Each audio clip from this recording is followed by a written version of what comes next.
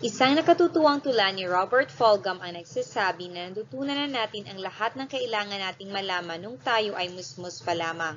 All I really need to know, I learned in kindergarten.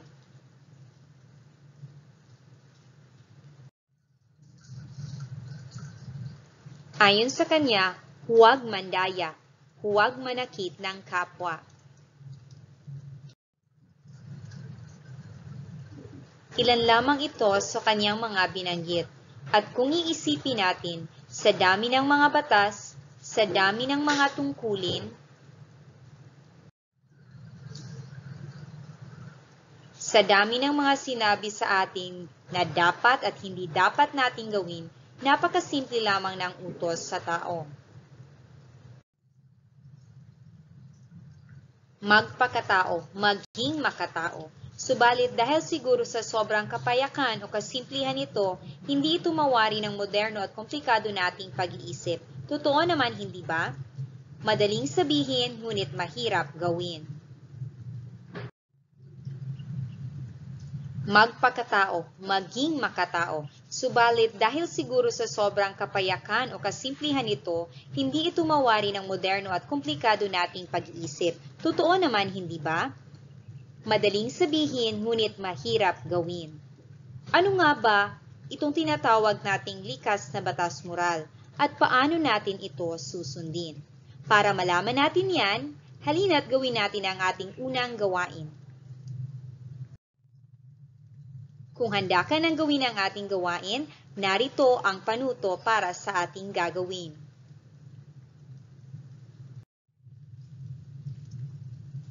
Sa gawaing ito, bubuo ka ng isang semantic web.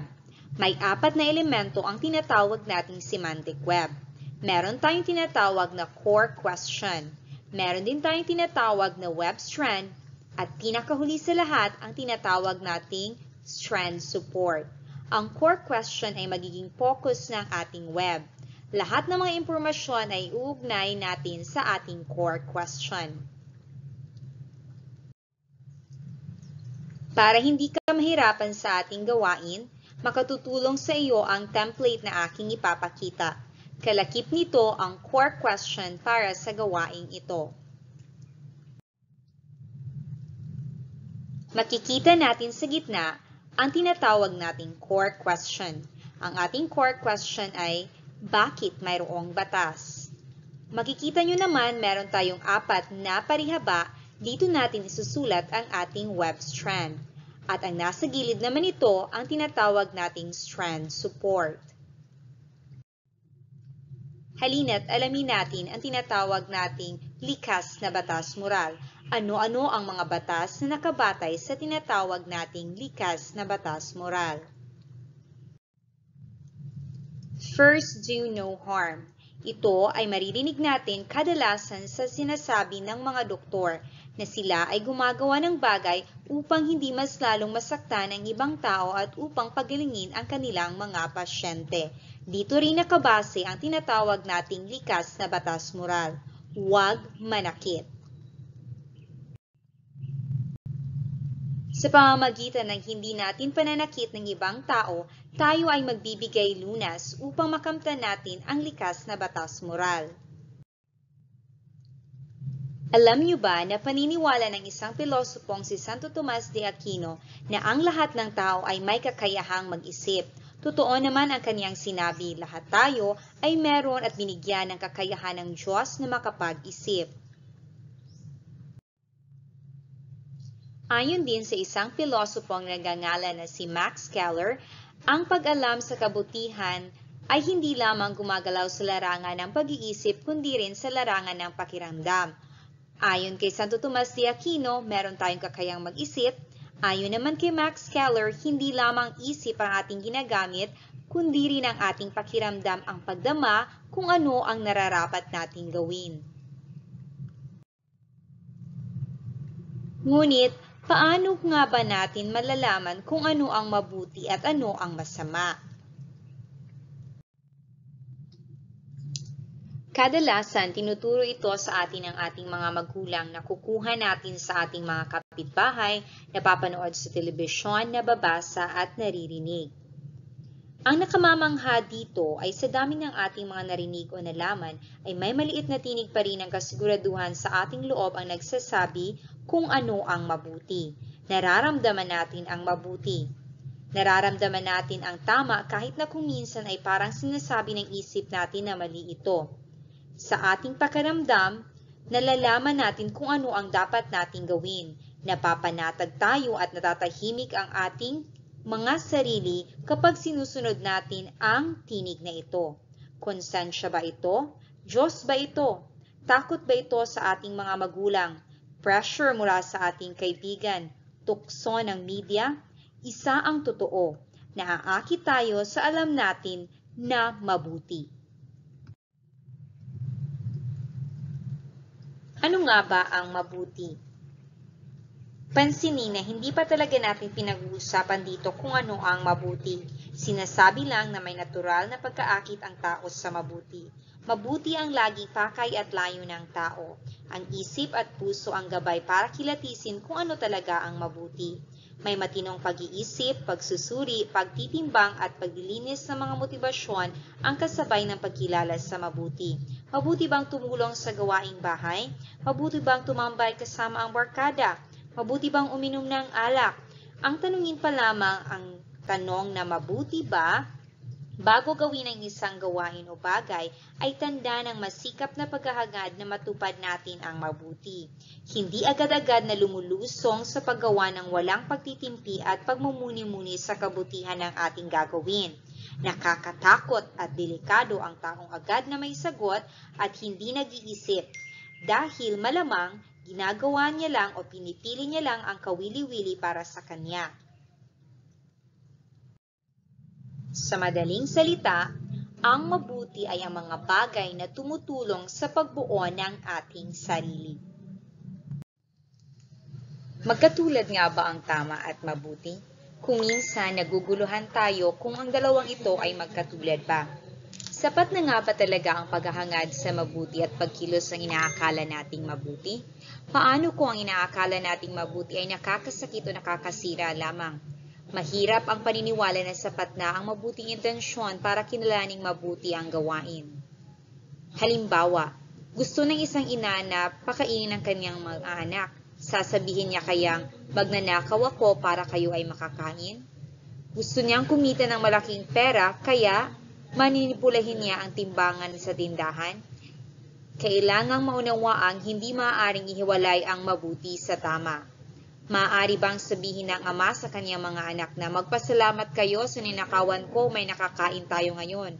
O ang ale sa kanyang mga suki na sasabihin, pasensya ka na, babawasan kita ng isang guhit dahil may hinuhulugan pa akong alahas?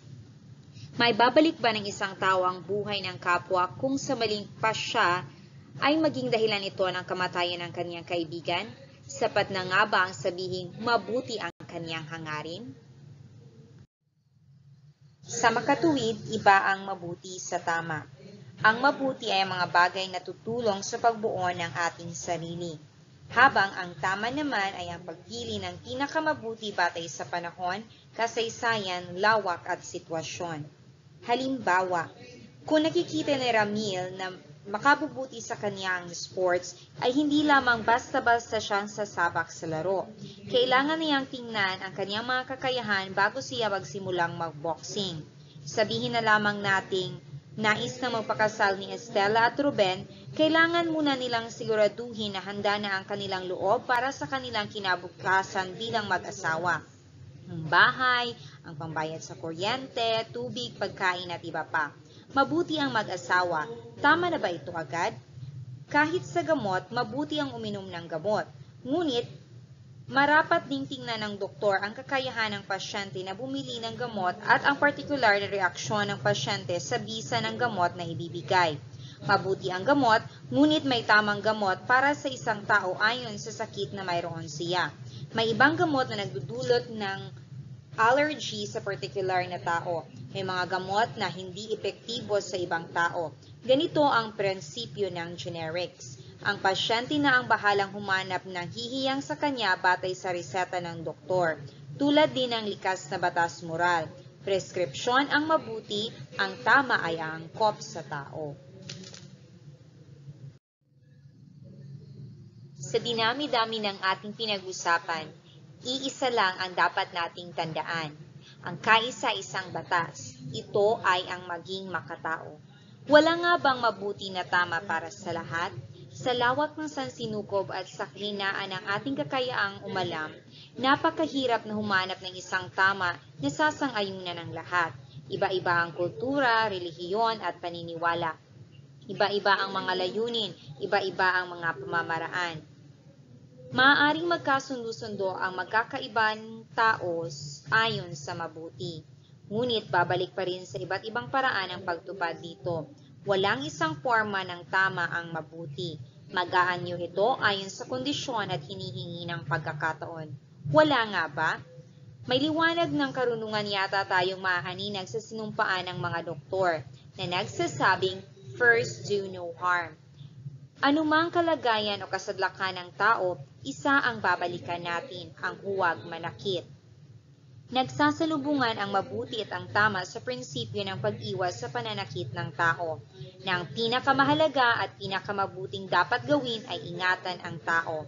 Na iba-iba man ang formula ng likas na batas moral, itinuturo nito ay isa lamang. Hindi ko kakasangkapanin ang tao, na itinuturin ko bilang may pinakamataas na halaga ay ang tao. Nagagawin ko ang lahat upang ingatan at payabungin ang tao. Likas sa tao ang hangarin ang mabuti. Ano ang ibig sabihin nito? Na likas sa atin ang maging makatao o panig tayo sa tao. Ito ang kaisa-isang batas na hindi dapat labagin ni numan. Ang lumabag dito ay lumalabag din sa sarili niyang kalikasan.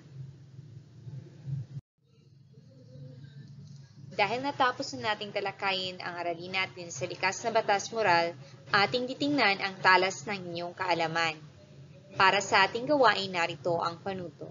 Panuto, isulat sa sagutang papel ang kasagutan sa mga tanong batay sa naunawaan ukol sa ating aralin. Unang tanong. Paano nalalaman ang mabuti? Pangalawang tanong. Ano ang pagkakaiba ng mabuti at tama? Pangatlong tanong. Ano ang kaisa-isang likas na batas moral? Pang-apat. Bakit pinakamahalaga ang pagiging makatao? Pang-lima. Magkakaiba ba ang likas na batas moral sa iba't ibang kultura o iisa lamang? Ipaliwanag.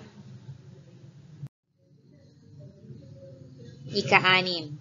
Bakit first do no harm ang sinasabi ng may akda na unang hakbang sa pagtupad ng mabuti?